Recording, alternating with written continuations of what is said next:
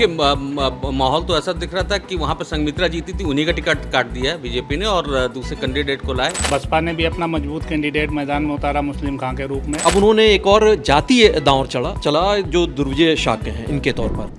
नमस्कार, मैं आपके साथ विवेक राय। आप देख रहे हैं एबीपी लाइव। लोकसभा चुनाव में किस सीट पर कौन भारी रहा, किस सीट पर क्या इम्पैक्ट रहा, इस चीज़ को इस वीडियो के बारे में हम डिस्कस कर रहे हैं। और इस वीडियो में जिस सीट पर हम चर्चा करने जा रहे हैं वो सीट है बदायूं लोकसभा सीट। बदायूं वो सीट जहां पर समाजवादी पार्टी ने 2 से 3 बार अपने प्रत्याशियों को बदला और लास्ट में शिवपाल यादव ने अपने बेटे आदित्य यादव को वहां से प्रत्याशी बनाया। भारतीय जनता पार्टी ने भी अपने सिटिंग सांसद का टिकट काटा और वहां से दुर्गुजय सिंह शाक्य को प्रत्याशी बनाया। बहुजन समाज पार्टी ने वहां मुस्लिम खां को प्रत्याशी बनाया। इसके अलावा भी कुल 13 प्रत्याशी वहां से चुनाव लड़े थे। इन प्रत्याशियों का क्या वहाँ माहौल रहा, इसको जानने की हम कोशिश करेंगे। और इसके लिए हमारे साथ 3 वरिष्ठ पत्रकार जुड़ रहे हैं। हमारे साथ ज्ञानेंद्र शुक्ला जी जुड़ रहे हैं, हमारे साथ मनीष मिश्रा जी जुड़ रहे हैं और हमारे साथ नवलकांत सिन्हा जी हैं। और शुरुआत नवल जी आपसे। नवल जी, बदायूं का माहौल सबसे पहले तो 20 सेकंड में कैसा दिख रहा था? देखिए माहौल तो ऐसा दिख रहा था कि वहाँ पे संघमित्रा जीती थी, उन्हीं का टिकट काट दिया है बीजेपी ने और दूसरे कैंडिडेट को लाए, दुर्विजय शाक्य को लेकर के आए। तो लगा कि बीजेपी ने एक बड़ी बढ़िया स्ट्रेटजी से चुनाव लड़ने की ठानी है। और वो सीट है जहाँ पे पहले शिवपाल यादव आए और लगा कि शिवपाल यादव वहाँ से लड़ने के मूड में नहीं, बहुत दिन गए नहीं। उसके बाद पता चलता है कि जो अखिलेश यादव तमाम टिकट बदले थे उसमें ये टिकट भी बदला गया और शिवपाल सिंह के बेटे जो हैं आदित्य यादव यहाँ चुनाव मैदान में हैं। तो अब तक कहीं पार्टी ने टिकट काटा, कहीं प्रत्याशी खुद ने चुनाव लड़ना चाह रहे थे। बिल्कुल, देखिए बदायूं काफ़ी दिलचस्प रहा है चुनाव। वहाँ पे चाहे भाजपा का हो, चाहे सपा का हो, चाहे बसपा का ही कैंडिडेट क्यों ना हो।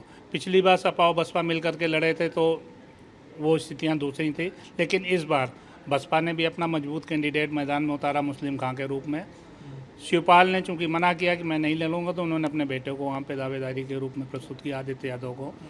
और भाजपा चूँकि उनके ये जो सिटिंग सांसद थी वो स्वामी प्रसाद मौर्य की बेटी, उनको टिकट कटना तय माना ही जा रहा था।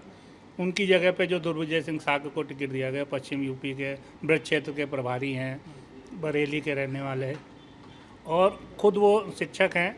एक उनकी अपनी छवि है, ठीक छवि, अच्छी छवि है। तो मुकाबला तो सबके बीच में कांटे का रहा है। मुकाबला कैसा रहा सर, ज्ञानेंद्र सर? और देखिए बिल्कुल कांटे वाला मुकाबला रहा, जैसे मनीष जी कह रहे हैं। और निश्चित तौर से इस सीट पर इसलिए नज़र लगी हुई थी क्योंकि ये सीट ऐसी थी कि जहां पर धर्मेंद्र यादव चुनाव जीते थे 2009-2014 में मोदी लहर के बावजूद, लेकिन 2019 में वो चुनाव इसलिए हारे थे क्योंकि ये गढ़ तो मानी जाती समाजवादी पार्टी की, लेकिन चाचा अखिलेश यादव के, शिवपाल सिंह यादव, एक तरीके से उन्होंने उनके चुनाव में उतरने के बाद यहाँ के समीकरण बदले और बड़े कांटेदार मुकाबले में जीत पाई संघमित्रा मौर्य।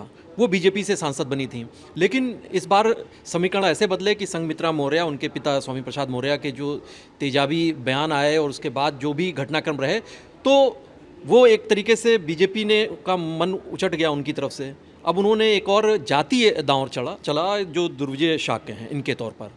आरएसएस के बैकग्राउंड के हैं दुर्विजय शाक्य, लेकिन जो मुकाबला यहाँ पर हुआ, जैसे अभी बात हो रही थी कि जो जिस तरीके से समाजवादी पार्टी ने बदलाव किया, पहले धर्मेंद्र यादव की बात आ रही थी, फिर शिवपाल सिंह यादव आ रहे थे, फिर आखिर में फिर तय हुआ कि आदित्य यादव यहाँ पर चुनाव लड़ेंगे। तो ये जो उहापोह के हालात रहे, ये इसलिए समाजवादी पार्टी का खेमा यहाँ असमंजस के दौर से गुजरता दिखाई दिया। सपा के गढ़ में ये असमंजस क्यों? देखिए, ये जो बेल्ट है ये मुलायम सिंह यादव परिवार के लिए, यादव लैंड अगर इसको हम कहें, पूरे उत्तर प्रदेश की यादव लैंड वाला इलाका है ये। इसमें संभल लोकसभा की भी एक विधानसभा गुन्नौर आती है जो प्योर, मतलब उससे बड़ी यादव लैंड आप पूरे यूपी में कहीं नहीं पाएंगे। गुन्नौर वो विधानसभा है जो बदायूं लोकसभा में आती है, संभल लोकसभा की विधानसभा है। संभल का एक वो विधानसभा है जो बदायूं लोकसभा में आती है। गुन्नौर ही तय करता है कि बसपा या सपा की जीत हार गुन्नौर से तय होती है, चाहे वो 2000 सपा का वो यादव लैंड, मैंने बताया ना, वो यादव लैंड। एक गुन्नौर, एक सहसवान, 2 सीटें बदायूं लोकसभा की ऐसी हैं जो समाजवादी पार्टी को अच्छी खासी बढ़त दिलाती हैं। जो पिछले 3-4 चुनाव का अगर हम समीक्षा करें, 9, 14, 19। इस बढ़त के बावजूद शिवपाल यादव क्यों नहीं लड़ना चाहते थे? वो अपने बेटे को क्यों लड़ना चाहते? क्या कोई कन्फ्यूज़न था उसमें? देखिए उनका जो यादव बेल्ट में बावजूद, यादव बेल्ट होने के बावजूद वहाँ पे कुछ नाराज़गियाँ, कुछ पार्टी के अंदर की राजनीति जिससे वो बचना चाह रहे थे। आप 2014 में धर्मेंद्र यादव वहाँ से चुनाव जीते थे, जैसा ज्ञानंद जी बता रहे थे कि मोदी लहर के बावजूद 4,98,000 वोट पाए थे धर्मेंद्र यादव 2014 में। 2019 में वो चुनाव लड़ते हैं जब सपा और बसपा का गठबंधन होता है, सारे समीकरण उनके फेवर में होते हैं, लेकिन वो 4,92,000 वोट पे सिमट के रह जाते हैं। बसपा का वो शिवपाल जी अपने बचने के लिए अपने बेटे को चुनाव में उतारे या उसके लिए एक अलग उन्होंने स्ट्रेटजी कोई बना ली थी? आदित्य, देखिए अभी जो कहानी पहले ज्ञानेंद्र जी ने बताई थी उसी कहानी का दूसरा पार्ट है। पहला पार्ट कहानी का ये है कि जो धर्मेंद्र यादव हारे थे तो शिवपाल यादव के बहुत सारे वोटर थे, खासतौर से यादव वोटर, उन्होंने वोट धर्मेंद्र के पक्ष में नहीं किया था।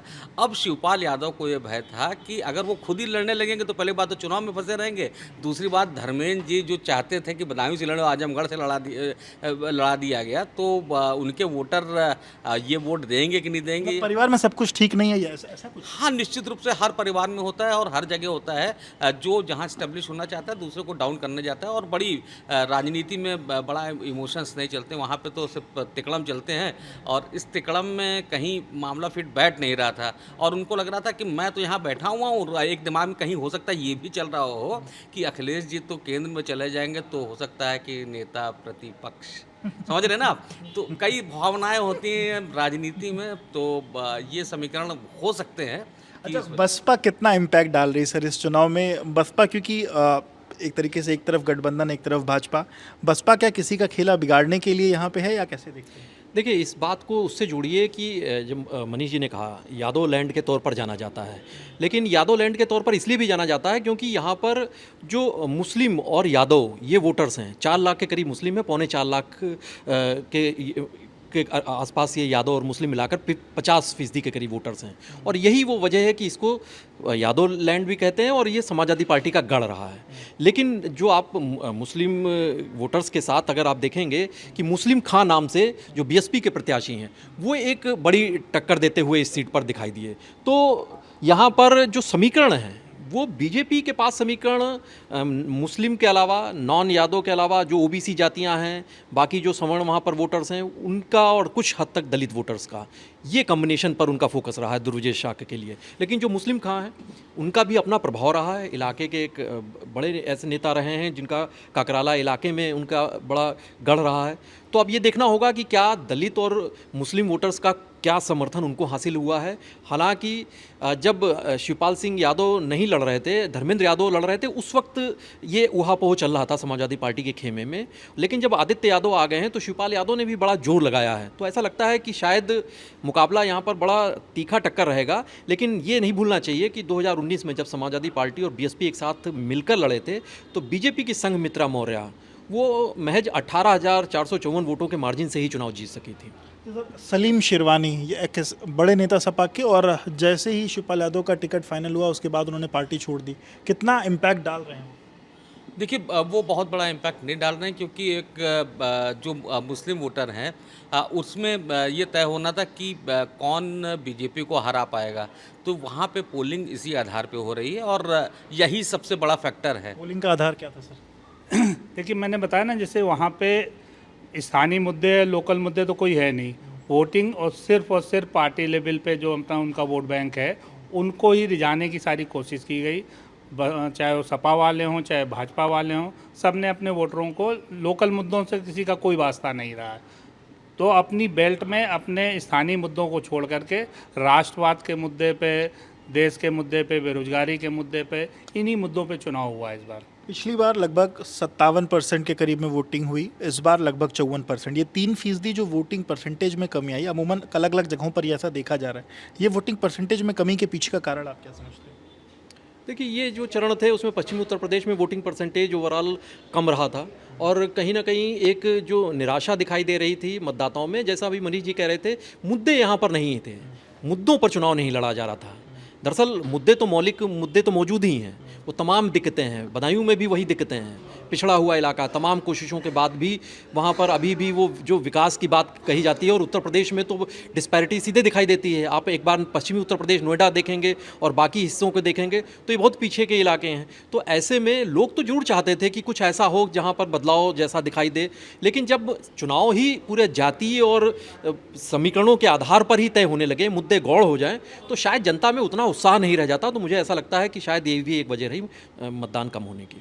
अब आखिरी तरफ सवाल की तरफ चलते हैं, और जो इस पूरे वीडियो का मूल विषय है कि एग्जिट पोल इस सीट को कौन जीत रहा है, वो हम इन लोगों से जानने की कोशिश करेंगे।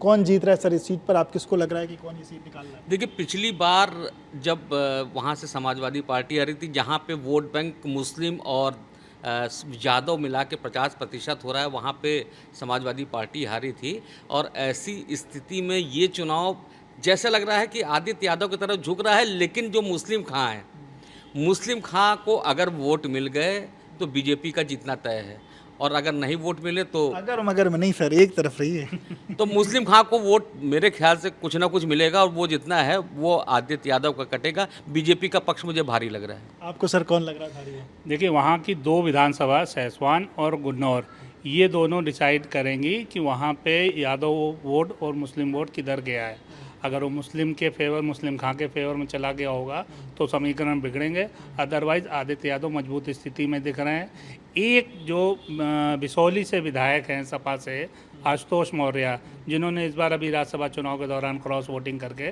भाजपा के पाले में खड़े हो गए, तो वो बिसौली, बिलसी और सदर विधानसभा, 3 विधानसभा में भाजपा अच्छा चुनाव लड़ी है, तो इनका पलड़ा 3 विधानसभा में भारी है।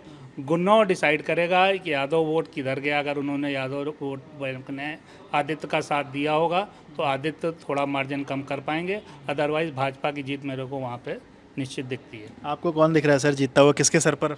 देखिए, गुन्नौर और सहसवान में चूंकि डीपी यादव की मुकाबला हो चुका है धर्मेंद्र यादव से, तो 2009 में मुकाबला हुआ था, हराया था धर्मेंद्र यादव ने। तो ऐसे में मुझे ऐसा लगता है कि सहसवान में भी अगर यादव वोटर्स कुछ कटेंगे, और ये जो चरण रहा है पश्चिमी उत्तर प्रदेश में, इसमें मुस्लिम वोटर्स का बड़ा हिस्सा ये समाजवादी पार्टी कांग्रेस गठबंधन के पक्ष में जाता दिखाई दिया था बाकी तमाम जगहों पर। तो मुझे ऐसा लगता है कि जो मुकाबला बीजेपी और आदित्य यादव के बीच में है, और फिलहाल के लिए मुझे यहाँ पर टक्कर बहुत ही कांटे की दिखाई दे रही है, जहाँ पर 50-50 जैसा माहौल है कि अगर थोड़ा सा अगर मगर तो चूँकि रहेगा ही कि यहाँ पर जो पलड़ा अगर भारी है तो फिलहाल समाजवादी पार्टी का पलड़ा इसलिए भारी है क्योंकि इस बार उनका पूरा कुनबा एकजुट था, और मुस्लिम वोटर्स का भी बड़ा चंक वो बीएसपी के बजाय वो कांग्रेस सपा गठबंधन के साथ खड़ा दिखाई दे रहा था। तो ये पलटा फिलहाल आदित्य यादव या समाजवादी पार्टी गठबंधन का भारी दिखाई दे रहा है, लेकिन अब ये देखना होगा कि बाकी जो जातियां हैं वो क्या लामबंद हो पाई हैं। संख्या बल के हिसाब से समाजवादी पार्टी का गठबंधन ही बढ़त लिया। प्रदेश में चुनाव हो और जातियों की बात ना हो तो ये कैसे हो सकता है? और बदायूं पर भी वही कहीं ना कहीं खेल है।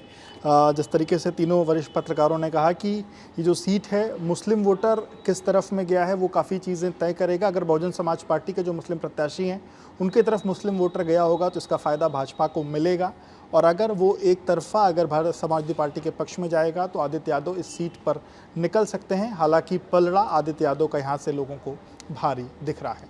विवेक राय, एबीपी लाइव के।